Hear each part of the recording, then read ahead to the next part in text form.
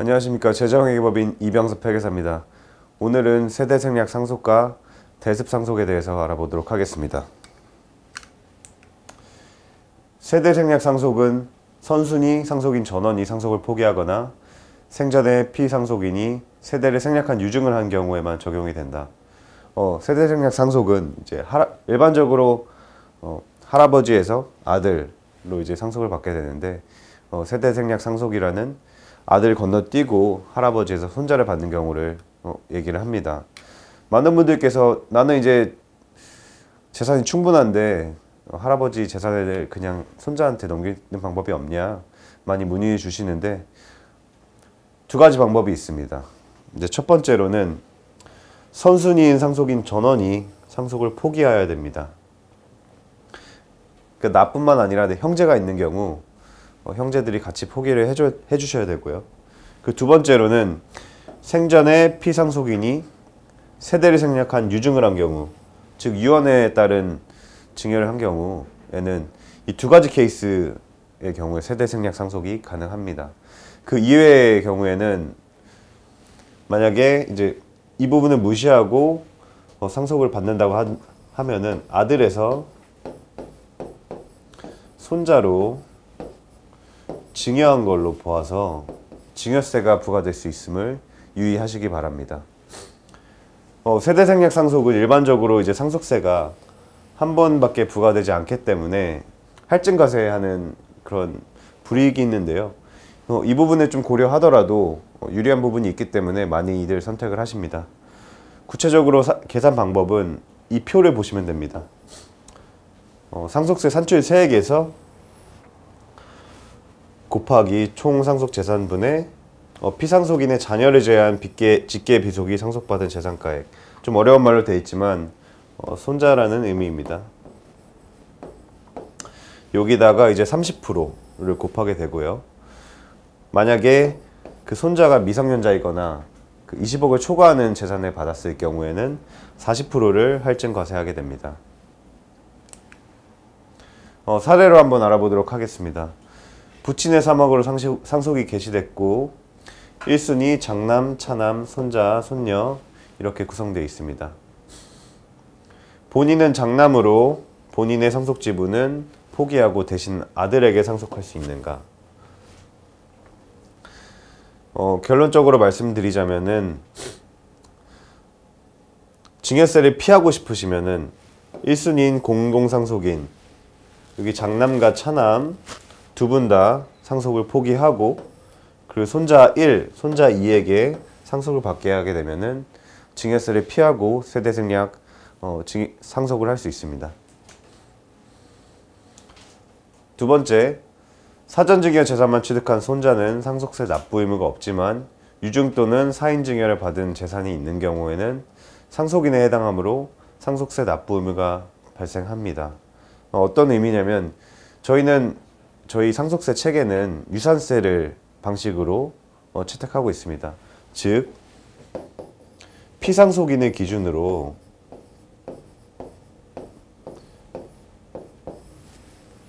피상속인의 재산을 기준으로 상속세를 과세하기 때문에 만약에 손자는 1순위 상속인이 아닙니다.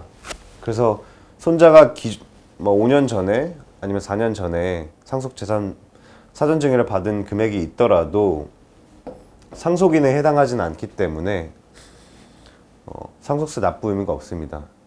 이제 예외적으로는 손자가 유증 또는 사인증여 받은 경우에는 상속인에 해당되므로 상속세 납부 의무가 발생하지만 좀 이 케이스 이외에는 상속세 납부 의무가 없습니다.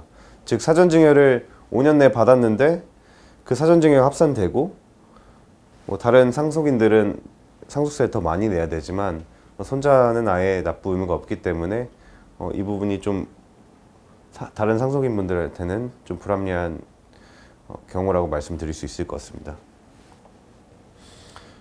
사례를 살펴보자면은 상속재산 28억이고 상속인은 배우자랑 자녀 2명입니다.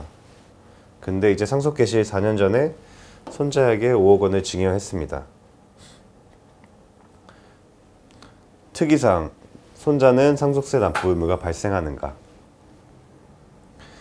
5년 전에 상속인이 아닌 자에게 사전 증여한 재산은 상속세 과세가에게 산입해서 일반 이 5억 원만큼 28억에서 5억 원만큼 추가해서 33억에 대해서 상속세를 과세하게 되지만 손자는 사전 증여를 받았을 뿐 유증 또는 사인 증여를 받은 재산이 없으므로 상속인에 해당되지 않아서 상속세를 부담하지 않습니다. 이제는 일반 상속과 세대생략 상속, 상속세가 얼마만큼 차이가 나는지 저희가 사례로 비교해 보도록 하겠습니다. 첫 번째로는 상속 재산 25억이고요. 상속인 외아들이랑 손자 한 명 있습니다. 첫 번째 1안, 일반적으로 상속, 부친에서 외아들로 가고 외아들에서 손자 가는 경우. 그 두 번째 안은 저희가 앞서 말씀드린 세대생략 상속으로 상속을 받을 경우 상속세가 얼마인지 비교해 보도록 하겠습니다. 첫 번째로는 일반 상속입니다. 총 상속 재산가액 25억에서 최소 5억 원을 공제해 주기 때문에 과세 표준 20억 나왔고 산출세액이 약 6억 4천만 원으로 나옵니다. 그래서 여기 세액공제 적용해서 납부세액은 1차 납부세액은 6억 2천입니다. 여기서 이제 총 상속 재산가액에서 상속세를 뺀 금액이 여기 다시 올라가게 되고 다시 또 상속공제 5억 원 적용하게 되면은 약 3억 8천만 원 정도 나옵니다. 두 개 합하게 되면은 신고 납부세액은 약 10억 정도로 계산이 됩니다. 이제 두 번째로는 저희 세대 생략하는 경우에는 어떻게 될지 알아보도록 하겠습니다. 총 상속 재산 25억 원 동일하고요. 공제 금액 5억 원 있고 과세 표준 20억입니다. 산출세액은 첫 번째 케이스랑 일반 상속, 부친 외아들 경우랑 동일한데 이 세대 생략 할증 과세액이 있습니다.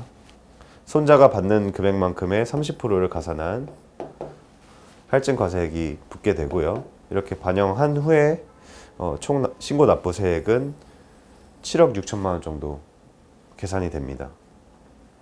그래서 결과적으로 일반 상속 같은 경우에 10억 원, 세대 생략 상속 같은 경우에는 7억 6천만 원 정도 나와서 2억 3천만 원 정도 절세가 되게 됩니다. 하지만 이제 반대 케이스도 있습니다. 저희가 상속공제 한도라는 게 있습니다.